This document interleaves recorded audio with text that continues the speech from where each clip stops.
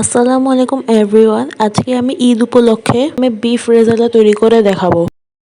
এই জন্য প্রথমে নিতে হবে ধনিয়া, মৌরি, মেথি, কালো সরিষা এবং জিরা বেটে নিচ্ছি। এর সাথে সাদা গোলমরিচ, জয়ফল, জয়ত্রী এবং স্টার কাবাব মশলা দিয়ে আবার বেটে নিব।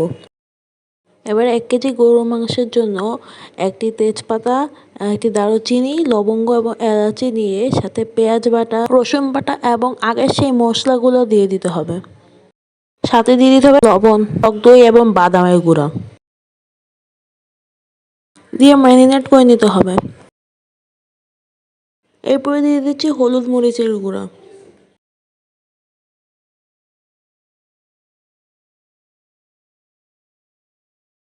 এরপরে দিয়ে দিচ্ছি আদা গুঁড়া বা আদার পেস্ট, যেটা থাকে সেটা দিতে পারেন।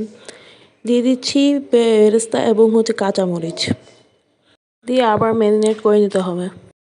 ম্যারিনেট করে ঘন্টাখানেক রাখার পরে এটি চুলায় বসাতে হবে। আর মাংস সিদ্ধ করার জন্য বারবার গরম দুধ দিয়ে করতে হবে। মাংস থেকে পানি ছাড়ার পরে 4-5টা কাঁচামরিচ টুকরো করে দিয়ে দিতে হবে। মাংস সিদ্ধ হয়ে গেলে আবার ডালের চামচের 1 চামচ দুধ দিয়ে এবং আগের সেই বেটে রাখা মশলাটা দিয়ে পরিবেশন করে নিতে হবে।